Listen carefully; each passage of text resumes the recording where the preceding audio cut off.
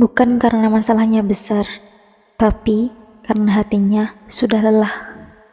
Selamat malam, terima kasih sudah kembali meluangkan waktu untuk menemani malam ini.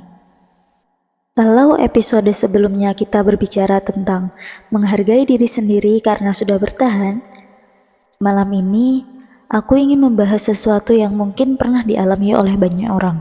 Tentang kenapa ya kadang kita justru menangis karena hal yang terlihat sepele. Bukan karena kehilangan, bukan karena gagal, bukan karena ditinggalkan, tapi karena satu ucapan, satu teguran, satu kejadian kecil, lalu tiba-tiba air mata jatuh begitu aja. Padahal kita sendiri bingung, kenapa aku nangis?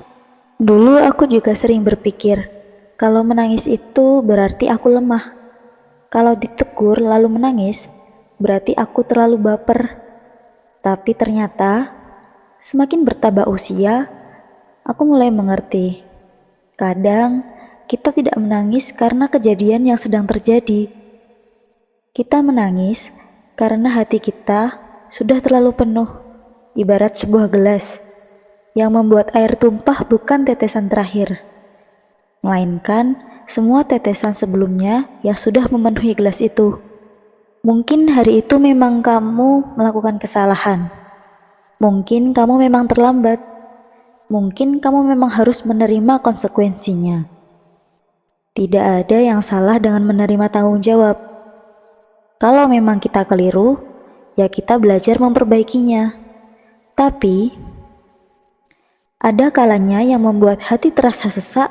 Bukan hanya kesalahannya, melainkan karena kita tidak punya ruang untuk menjelaskan apa yang sedang kita rasakan. Kita memilih diam, bukan karena tidak punya jawaban, tapi karena merasa kalau aku bicara sekarang, mungkin yang keluar bukan kata-kata, melainkan air mata. Akhirnya kita simpan semuanya dan pura-pura baik-baik saja. Lucunya, orang sering melihat air mata sebagai tanda kelemahan. Padahal menurutku, air mata hanyalah bahasa yang dipakai hati ketika mulut sudah terlalu lelah untuk menjelaskan. Ada orang yang marah saat kecewa, ada yang memilih diam, ada yang tertawa seolah tidak terjadi apa-apa, dan ada juga yang menangis.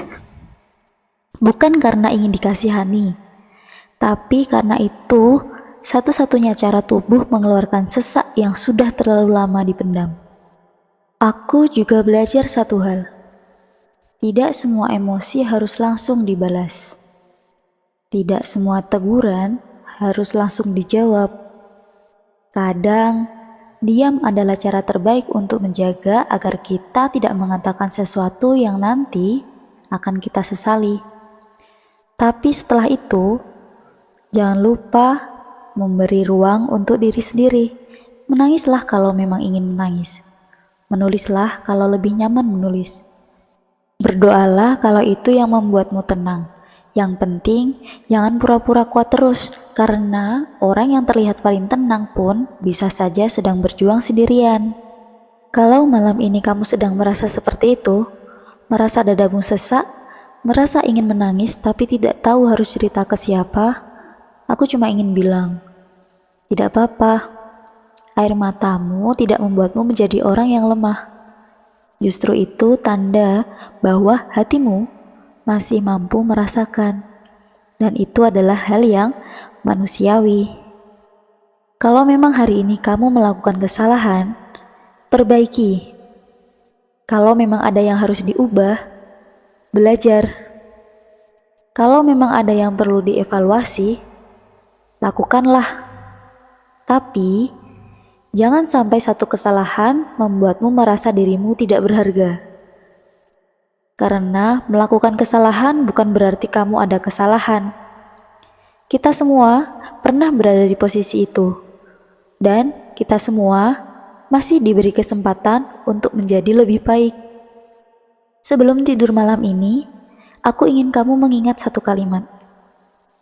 Aku boleh salah, Tapi aku tidak berhenti bertumbuh. Karena besok pagi, kamu masih punya kesempatan untuk datang dengan versi dirimu yang sedikit lebih baik daripada hari ini. Quote malam ini, kadang kita menangis bukan karena hidup terlalu berat, tapi karena hati sudah terlalu lama berpura-pura kuat. Dan kalau malam ini tidak ada satupun orang yang sempat bertanya, "Kamu gak apa-apa?" Semoga lewat video ini kamu tahu bahwa perasaanmu tetap berharga, meski tidak semua orang melihatnya. Terima kasih sudah menghabiskan malam ini bersama Ica TV. Kalau hari ini ada air mata yang sempat jatuh, semoga besok berganti menjadi kekuatan untuk melangkah lagi.